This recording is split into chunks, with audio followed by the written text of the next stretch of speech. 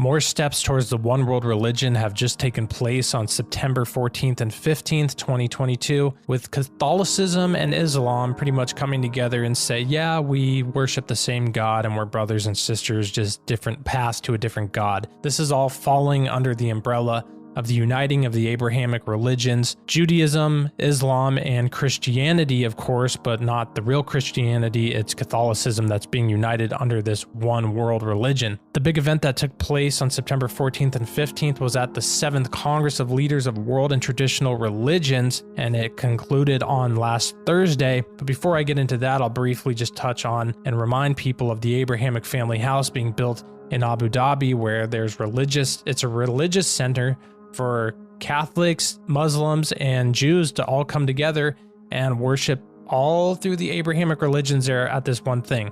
The reason this is important is because 2 Thessalonians 2:4 tells us that the Antichrist will demand the worship of himself and his image from everybody, and anyone who doesn't worship him, these people will die. Actually, they will become martyrs, because the only people who won't worship him will be true believers in Jesus Christ, which is not mentioned by Pope Francis at any of these big meetings. So let me read a little bit from this article about it. The world religions leaders today adopted the human fraternity document signed by His Eminence, the Grand Imam of OWR and Chairman of the Muslim Council of Elders, Dr. Ahmed Al-Taib, and His Holiness Pope Francis, their name, not mine, of the Catholic Church in Abu Dhabi in 2019. And this came during the 7th Congress of Leaders of World and Traditional Religions, which concluded on Thursday. Some highlights from the World Congress of Religions. We note that pluralism in terms of differences in skin color, gender, race, language, and culture are expressions of the wisdom of God in creation.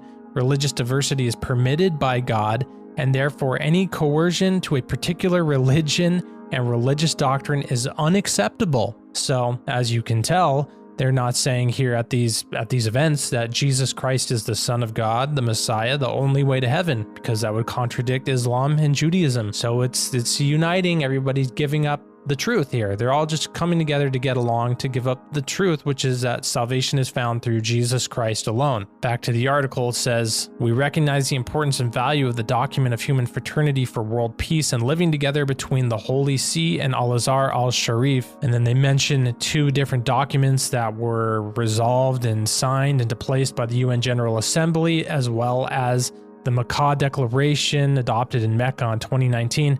And these call for peace, dialogue, mutual understanding, and mutual respect among believers. So it's really the uniting of all these religions under the fact that we need to coexist together.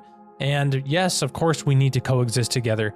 But the problem here is that they're starting to aim it towards we serve the same God, we worship the same God. You know, these Abrahamic religions are just different expressions of God to different people, and that's an absolute lie. The Jewish people are stuck in the old covenant, not accepting the new covenant. Islam is clearly, the Quran was written 600 years after the Bible, and they're clearly ripped off stories Muhammad ripped off and manipulated to create his own religion in the same region from the same stories. I mean, Muhammad even demanded that the original manuscripts for the Quran be destroyed. Why would he demand that? Because to cover it up, obviously. So the one truth is found within the biblical text alone, within the Old and the New Covenant mixed together, the New Covenant, salvation through Jesus Christ alone. So really it was this document of human fraternity. It was signed by the Pope and this Grand Imam and adopted at the 7th Congress of Leaders of the World and Traditional Religions in Kazakhstan. It's the uniting of the world under a one world religion that the Antichrist will be the head of eventually. A glimpse of the 7th Congress of Leaders of World and Traditional Religion. Here's from Vatican News, and I was reading through this article and noticed something interesting, that Congress, the 7th Congress of Leaders of World and Traditional Religion, came to life in 2003 in the wake of the tragic September 11th attacks of the United States and following Pope John Paul II's second Spirit of Assisi meeting in 2002.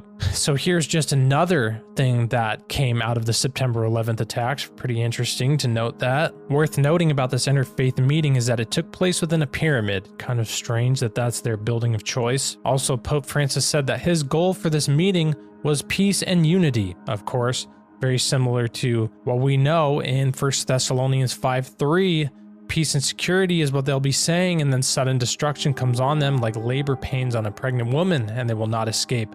And that's the whole point, really, of this whole meeting, really.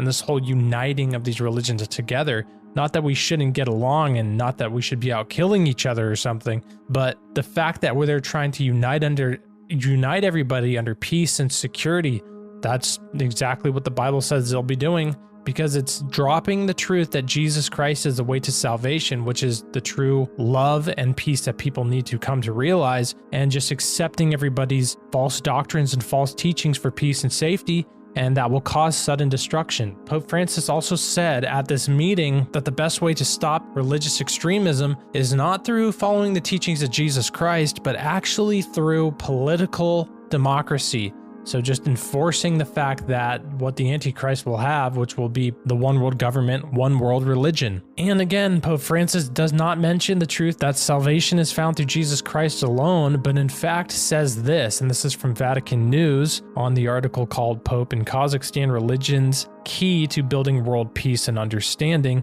in reference to this meeting that took place. It says, in his speech to the Congress, the Pope began by addressing everyone as brothers and sisters in the name of the fraternity that unites us as children of the same heaven. He noted that before the mystery of the infinite that transcends and attracts us, the religions remind us that we are creatures, not omnipotent, journeying towards the same heavenly goal. I mean, out of his own mouth. I mean, the fact that people who are Catholics don't see that this guy's pushing for one world religion is insane. I mean, it's absolutely clear as day that this is what he's pushing for.